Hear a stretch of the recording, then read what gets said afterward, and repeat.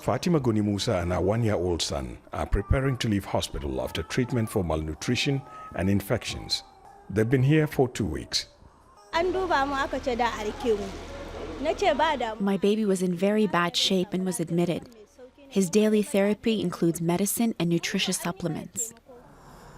Doctors at this facility, run by the International Rescue Committee with support from UNICEF, are barely coping with the high number of children seeking help. Daily we see between 15 and 20 patients daily, but occasionally we do get out of bed space, and then where such occurs, we either ask them to come another day, the next day, or we ask them to go to another facility, or if we can give them any oral medication for them to take and then come tomorrow in the morning so that we can admit them once we have the space. As Fatima and her baby prepare to leave, 6 mothers holding their sick children wait outside. Each is hoping their child will take up the next available bed space. It went to this mother and her severely malnourished child. As well as treating undernourished children, the hospital also treats and feeds mothers to boost their immune systems. What's happening here is repeated in many other hospitals in the city.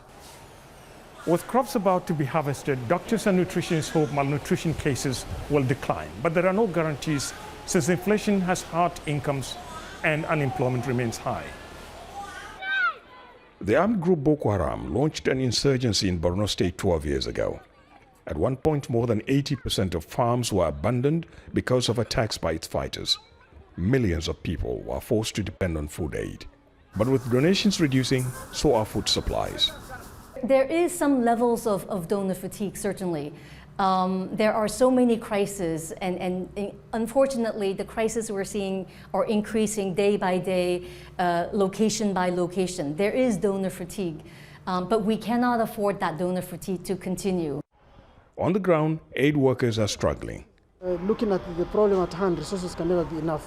What we are reaching, with the little we have, we'll reach the numbers we can. And for sure, I can tell you, there are a number of children who deserve this type of service, but we can't reach them. Either the resource is not allowing, or they can't be accessed. Without adequate resources, it's hard for aid workers to know how many children need help. But with the cost of food going up, it's clear the number of those going hungry can only be rising. Ahmed Idris, Al Jazeera, Maiduguri, Nigeria.